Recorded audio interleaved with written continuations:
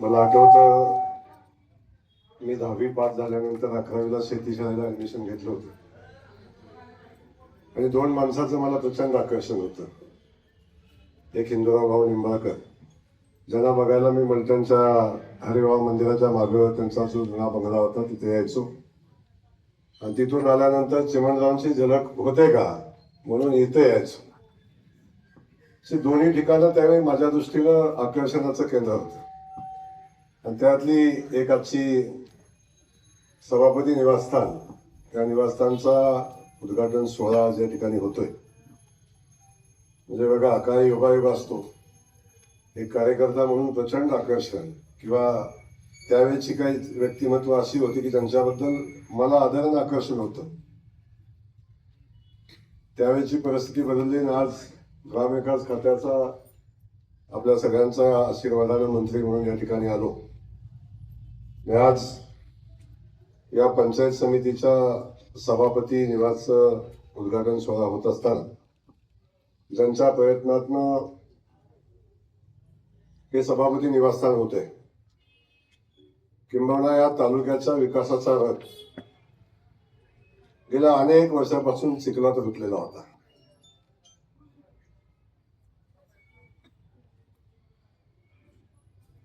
वास्तविक पाहता या भागाचा, या शहराचा किंवा या तालुक्याचा विकास करायला कुठलीच अडचण नव्हती. पालकमंत्रीपद होतं जवळजवळ 15 वर्ष, मंत्रीपद, महामंडळ, सगळ्याच गोष्टी होत्या. सभापतीपद 7 वर्ष. तो दादा, त्याला मातीबद्दल प्रेम असायला लागतं, आपल्या माणसाबद्दल प्रेम असायला लागतं आणि नियत स्वच्छ असायला लागते. ज्या माणसाची नियत स्वच्छ नसते, भूमिका स्वच्छ नसते, कायम डोक्यात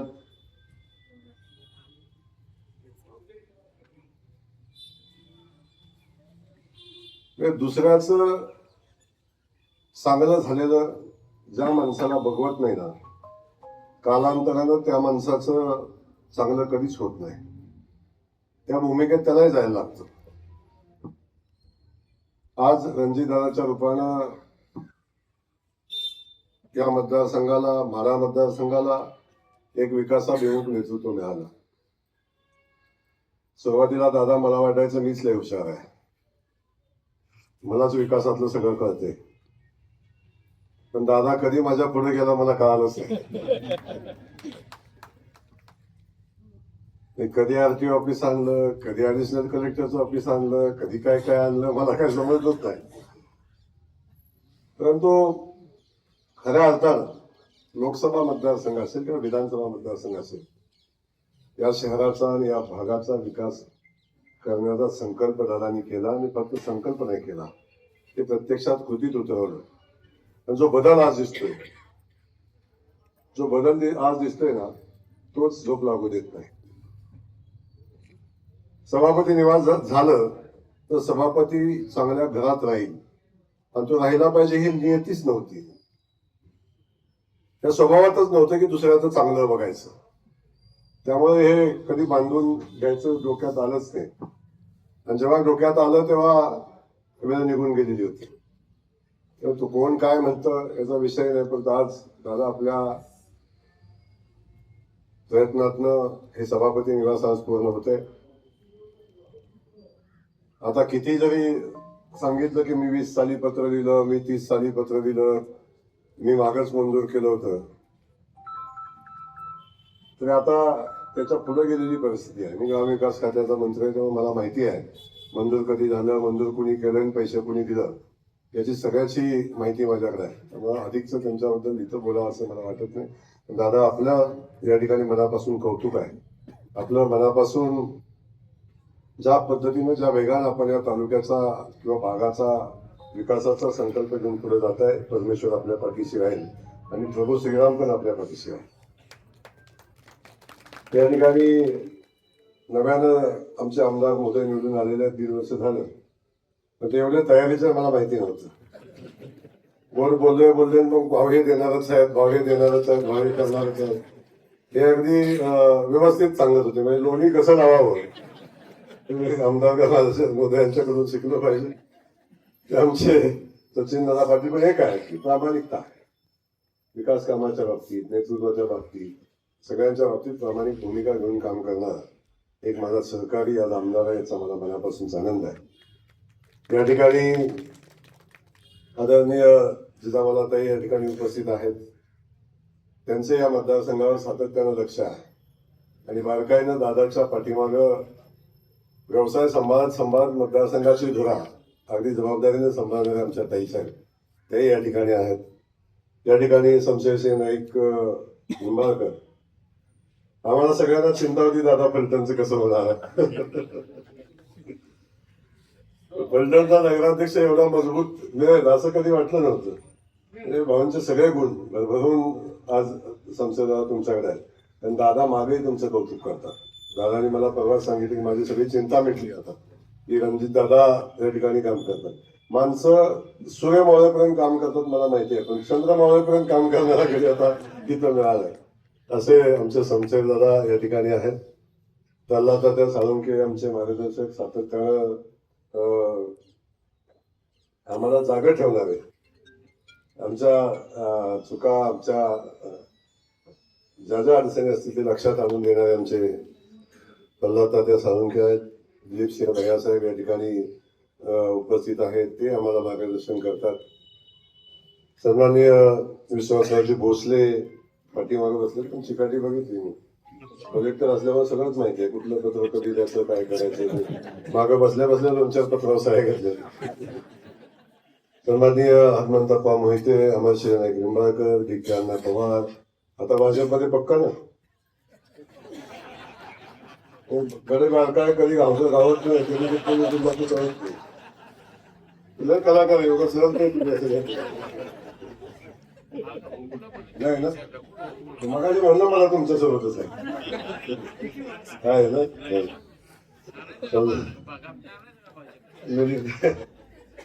मिलिंद अप्पा नवसे, भीमराव सर या ठिकाणी, सुदाम मांडवे, राहुल गावडे, आमचे अशोकराव जाधव आहेत, तुकारामजी शिंदे आहेत, आमचे बीडीओ साहेब आहेत, निकम वकील साहेब आहेत, विकास नाळे या ठिकाणी आहे, अरविंद आमचा मागे बसला आहे. बाकी सगळीच टीम आता इथं आहे. या सगळ्यांचं आमचा दादा मागे बसलेला आहे. तात्या पुढे असल्यावर दादा आता बस झालं करायचं. दादाला कधी तर पुढच्या लाईने लिहून देतात. सारखी जागा हलवायची कामगार करतो.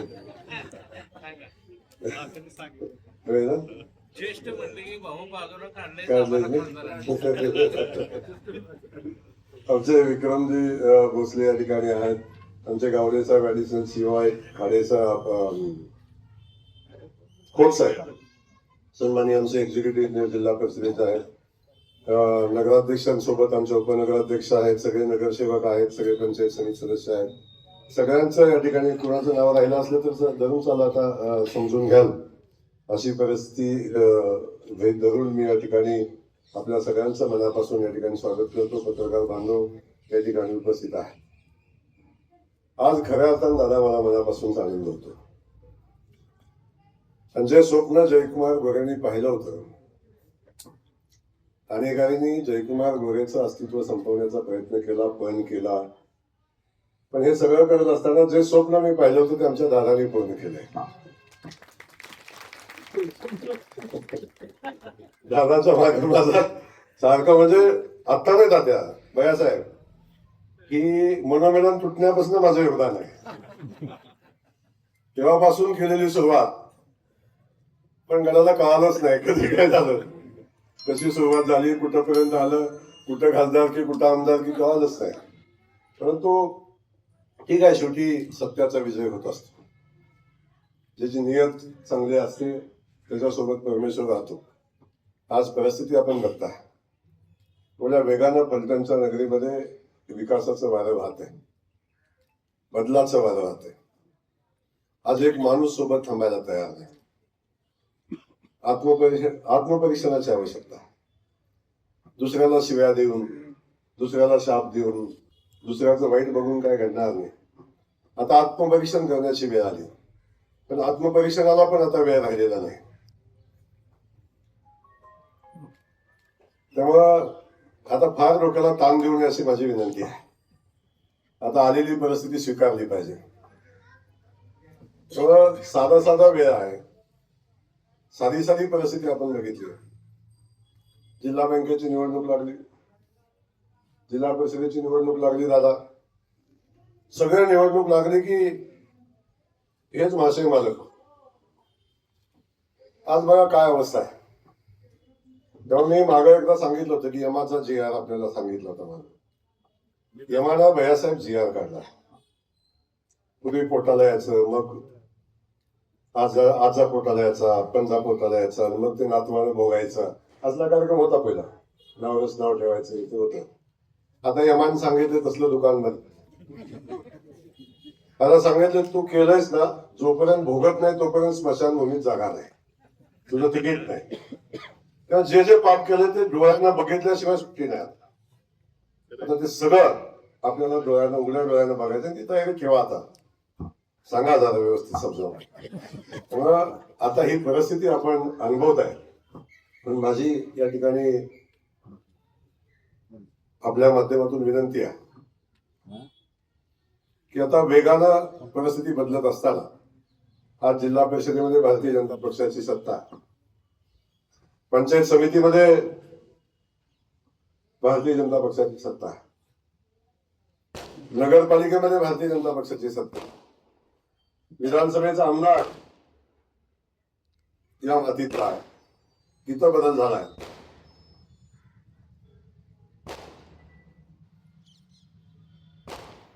आणि हे सगळं का झालं तर या मातीतला एक सुपुत्र खासदार म्हणून निवडून येत असताना या मातीचं नुकसान करण्याचा, या शहराचं नुकसान करण्याचा, या भागाचं नुकसान करण्याचा जे पाप यांनी केलंय, या पापाचं फळ आहे. जे पेरलंय तेच उगवलंय. तर दादाला खासदार होण्यापासून थांबवण्याची ताकद आता राहिलेली नाही, ठेवणार पण नाही. त्यामुळे दादाच्या ठिकाणी होतील, पण अजून काय खूप मोठं लांबचं राजकीय आयुष्य आहे. परंतु जे पाप केलं होतं कुणाशी तरी संगणमत करून, दादा त्यांच्याही दुकानाला टाळे लावले आणि त्यांच्याही दुकानाला टाळे लागलेले. त्यामुळं आता फार काय विषय राहिला नाही. पण हे सगळं बाजूला ठेवून एका गोष्टीचा विचार फलटणकरांनी केला पाहिजे. खऱ्या अर्थात आज बदलतं फलटण आपण बघतो. फलटण शहर आपण बघतोय ज्या वेगानं फलटण शहराचा विकास होतो. आज पालखी मार्ग असेल, फलटणच्या बाजूचे सगळे रस्ते असतील, फलटणची रेल्वे असेल, फलटणचं RTO ऑफिस असेल, फलटणचं ऍडिशनल कलेक्टर कार्यालय असेल, फलटण मधल्या सगळ्या गोष्टी, प्रशासकीय इमारतीपासून सगळ्या गोष्टी आज आपण होताना बघतोय. आणि हे सगळे बदल आज एक विकासाभिमुख नेतृत्व आपल्या सोबत आहे, म्हणून हे सगळं आपण सगळेजण पाहतोय. त्यामुळे आजपर्यंत आपण बघितलं की वेगळ्या मार्गानं बदनाम करण्याचा प्रयत्न केला. कारखाना चांगला चाललाय, सगळंच नगरपालिका चांगली चालली. अगोदर भीती लोकांना की हे कसं होईल, मग काय होईल. पण ज्या ज्या गोष्टी ताब्यात आल्या त्या गोष्टी सर्वोत्तम चालल्या. आणि हे आज बघताना फलटणकरांना मनापासून मला वाटते आनंद वाटतो. त्यामुळं दादा आपल्या या कार्याला मनापासूनच्या शुभेच्छा आहेत. खूप चांगलं काम आपल्या हातून या ठिकाणी होते. आमची ताई आज पंचायत समितीची सभापती म्हणून या ठिकाणी काम करते. ताई खूप मोठी जबाबदारी आहे. या इमारतीतलं तालुक्याचं राजकारण 30 वर्ष चाललेलं आहे. त्या इमारतीत आज आपण जात आहोत. तर तेवढ्या जबाबदारीने आपण त्या पंचायत समितीचं कामकाज आपण केलं पाहिजे आणि ते आपण कराल याची मला खात्री आहे. बाकी फर्निचरचा विषय आहे, बाकी काय लागेल काळजी करू नका. या ठिकाणी ज्या ज्या गोष्टी लागतील या इमारतीसाठी ते तर देऊच आपण. पण या फलटण शहरामध्ये किंवा फलटण तालुक्यामध्ये विकासाचं काम पुढे नेत असताना पंचायत समितीचे ऑफिस हे तालुक्याचं मंत्रालय असते. दादांची सातत्याने मागणी आहे. मी शब्द दिला होता पाठीमागे स्पीकर फोनवर दादांनी ऐकवलं होतं की पंचायत समितीची इमारत झाली पाहिजे. दादा येणाऱ्या 10-15 दिवसात, कारण आता कर्जमाफीमुळे काही कामांना मान्यता द्यायला हायपावर करून जायला लागतं. म्हणूनच आपल्या पंचायत समितीचं एस्टिमेट आपण 15 कोटीचं केलेलं आहे. ते 15 कोटी रुपये पंचायत समितीच्या बांधकामासाठी आपल्याला ग्रामविकास खात्याच्या माध्यमातून मिळतील, याच्याबद्दल निश्चिंत राहा. आणि त्यांना सांगा तुमचं जुनं एखादं पत्र असलं तर आत्ताच देऊन ठेवा. पुन्हा म्हणते मी पत्र 1926 साली दिलं होतं. तर आता काही बाबतीत थोडं आतापासून पत्र बनवायची तयारी करा. आमदार साहेबांनी सांगितलं, आपण सांगितलं, पलटणचा माझ्यासाठी पलटण खूप महत्वाचा विषय आहे. तेव्हा पलटणला आपण दादा जे जे मागितलं ते आजपर्यंत द्यायचा प्रयत्न केला. मला तसं काही खूप मोठा कालखंड मंत्री म्हणून झाला नाही. जेवढा झाला त्यात निवडणुका लढता माझे आतापर्यंत 1 वर्ष गेलंय. नगरपालिका, महानगरपालिका, जिल्हा परिषद, विधान परिषद, जिल्हा परिषद अध्यक्ष निवडणूक, आता जिल्हा बँक, अशा सातत्यानं निवडणुका चालू आहेत. त्यामुळे फार काय काम करता आलं नव्हतं. परंतु प्रत्येक आमदाराला मी ग्रामपंचायत कार्यालय दादा 5 दिली, पलटणला 16 दिलेत ग्रामपंचायत कार्यालय. तिथं कुठं अडचण नाही. महाराष्ट्रात कुठं दिलं नाही. पण सरकार गेल्यानंतर मुख्यमंत्री ग्रामसडक योजनेतले रस्ते जवळजवळ 22-25 कोटीचे रस्ते, किती 22 कोटीचे रस्ते फलटणला दिले. बाकी जे जे काय फलटणनं मागितलं ते द्यायचा प्रयत्न केला. आज दादानी मला मागे सांगितलं, भाऊ मुख्यमंत्री सडक योजनेतनं या गावात तालुक्याचा खूप मोठा बॅकलॉग आहे आणि त्याला रस्त्याच्या निधीची आवश्यकता आहे. मोठ्या निधीला दादा कुठं कमी पडत नाही. पण ग्रामविकासच्या माध्यमातून या ठिकाणी रस्ते करण्यासाठी, गावं जोडण्यासाठीच्या निधीची आवश्यकता आहे. दादा पहिल्या टप्प्यातला 100 कोटी रुपये निधी द्यायची घोषणा करतो.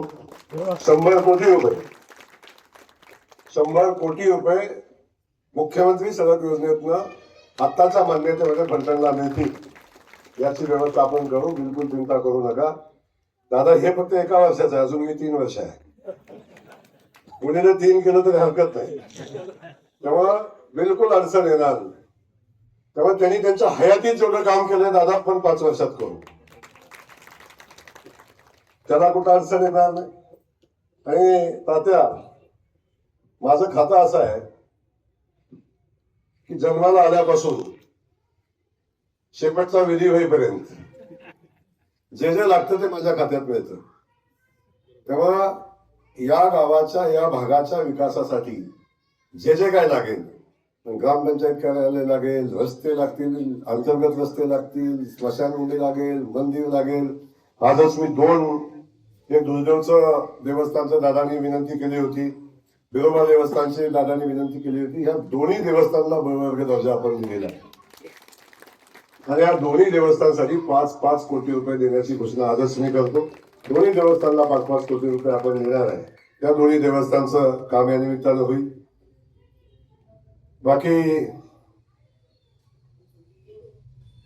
भिवाई देवस्थान आहे, फारच हो, पाठीमागे आपण बोलला होता भिवाई देवस्थानला वर्ग दर्जा पाहिजे. दादा आजपासून 8व्या दिवशी भिवाई देवस्थानचा वर्ग दर्जा होईल आणि त्यालाही आपण 5 कोटी रुपये देऊ. त्याच्यात कुठली अडचण येणार नाही, मी घोषणा करणार नाही. परंतु मान्यतेसोबत पहिले 2 कोटी, नंतरचे 3 कोटी, असं 2 टप्प्यामध्ये त्याला पैसे पोचतील. अजिबात चिंता करायचं काम नाही. त्यामुळे या तालुक्यासाठी जे काय लागतंय, पलीकडे आपण बोललो होतो या स्मारकाचा आता क वर्ग दर्जा त्याला दिलाय. आता ब वर्गासाठी दादा लवकर पाठवा. त्याला 5 नाही, त्याला जेवढे पैसे लागतील तेवढे देणार आहोत आपण. 5 लागतील, 7 लागतील, 8 लागतील, 10 लागतील, जेवढे कोटी रुपये लागतील तेवढे आपण देऊ. फलटण शहरात आपली पंचायत समितीच्या माध्यमातून आणखीन काय आवश्यकता असेल तर आपण सांगा.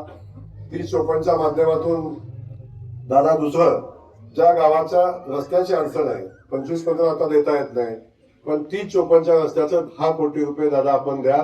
त्या कामं द्या. ती कामं 8 दिवसाच्यात मंजूर करून द्यायचा शब्द या ठिकाणी मी आपल्याला देतो. त्याची मान्यता 8 दिवसाच्या आत आपल्याला 10 कोटीच्या रस्त्याची मिळेल. त्याच्यात कुठं अडचण येणार नाही. आता ही सुरुवात आहे, अजून बरंच काय देता येतं, पण आज दिलं तर मला तुम्ही परत बोलवायचा नाही. त्यामुळं आजच्या दिवसासाठी एवढं मला वाटतं ठीकठाक आहे. त्यामुळं ज्या ज्या गोष्टी या तालुक्यासाठी लागतील त्याच्यासाठी कुठं कमी पडणार नाही. उलट यांच्यासाठी खास पॅकेज आहे. फलटणसाठी तर काहीच अडचण नाही. कदाचित एखादं मानमधलं काम राहील पण फलटणचं काम राहणार नाही. हा हिशोब त्यांना आपल्याला देतो. त्यामुळे दादाचं माझे नातं हे आमच्या मैत्रीच्या पलीकडचं आहे.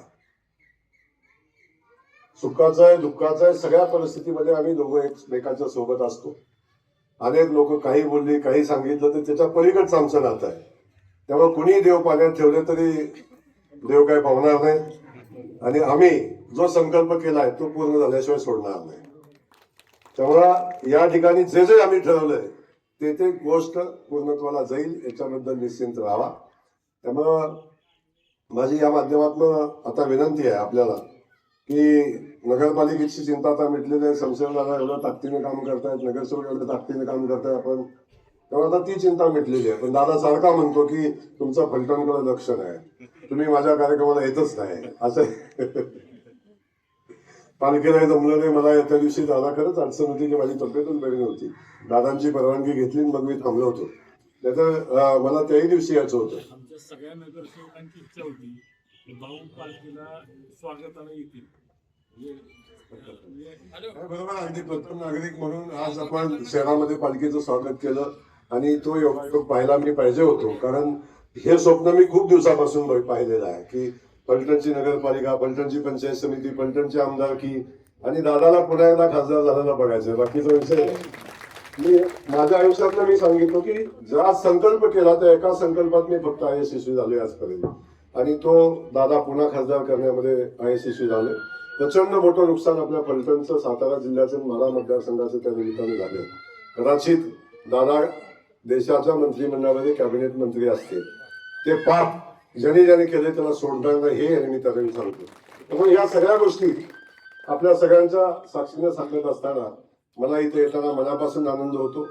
कारण प्रेमाच्या पलीकडचं, मैत्रीच्या पलीकडचं नातं या ठिकाणी आपल्या सगळ्यांचंच आहे. खास करून दादांचं माझं तर आहेच आहे, परंतु आपल्या सगळ्यांचं नातं एका प्रेमाचं तयार झालेलं आहे. ते भविष्यातही असंच राहील अशा पद्धतीच्या भावना व्यक्त करतो. आणि दादा आता टीका बिका बंद करून आता टीका करतच नाही. गरजच नाही, उत्तर बी द्यायची आवश्यकता नाही. ज्याचा कॉग्निझन्स घ्यायची आवश्यकता नाही, ज्याची दखलच घ्यायची गरज नाही, अशा अदखलपात्र माणसासाठी आपला वेळ वाया घालवू नका ही माझी विनंती आहे. आपल्याकडे करण्यासारखं खूप काम आहे, आपल्याला करण्यासारख्या खूप गोष्टी आहेत त्या आपण करू. पुन्हा टीका करून आता झालं, दिवस गेलं, आता त्याच्या पुढे जाऊन आपल्याला काम करायचं आहे ते सगळे मिळून आपण करूया अशा पद्धतीच्या भावना या निमित्तानं व्यक्त करतो. आमदार मोदय आपण ज्या ज्या भावना व्यक्त केलेल्या आहेत त्या सगळ्या भावनेसोबत आपण सोबतच काम करतो. त्यामुळं अजिबात अडचण राहणार नाही. पुन्हा एकदा आपल्या सगळ्यांचं मनापासून या ठिकाणी स्वागत करत असताना सभापती मोदय आपल्याला नवीन सभापती निवासाच्या मनापासूनच्या शुभेच्छा. आपल्या हातून सर्वोत्तम काम व्हावं अशा पद्धतीच्या भावना या निमित्तानं व्यक्त करतो. आणि आपला दादा या माध्यमातून आपल्या पंचायत समितीच्या किंवा संबंधित याच्या ज्या ज्या गोष्टी आहेत, सभापती निवासस्थान झाले, बीडीओला निवासस्थान आहे का बघा, कर्मचाऱ्यांचं निवासस्थान आहे का बघा, बाकी आणखीन कुठलं काय राहिलंय का बघा, जिल्हा परिषदेचं रेस्ट हाऊस पासून दादा जे जे आहे ते सगळं बनवून टाका. आता पुन्हा पुन्हा ही संधी आपल्या हातात येत नाही, पण जेव्हा आहे तेव्हा आपण या सगळ्या गोष्टी करून घेतल्या पाहिजेत. त्या सगळ्या गोष्टी आपण करण्यासाठी जे जे लागते ते तातडीनं आपण सांगा की आपल्याला या सगळ्या गोष्टी मार्गी लावता येतील. पुन्हा एकदा आपल्या सगळ्यांना मनापासून धन्यवाद. जय हिंद, जय महाराष्ट्र.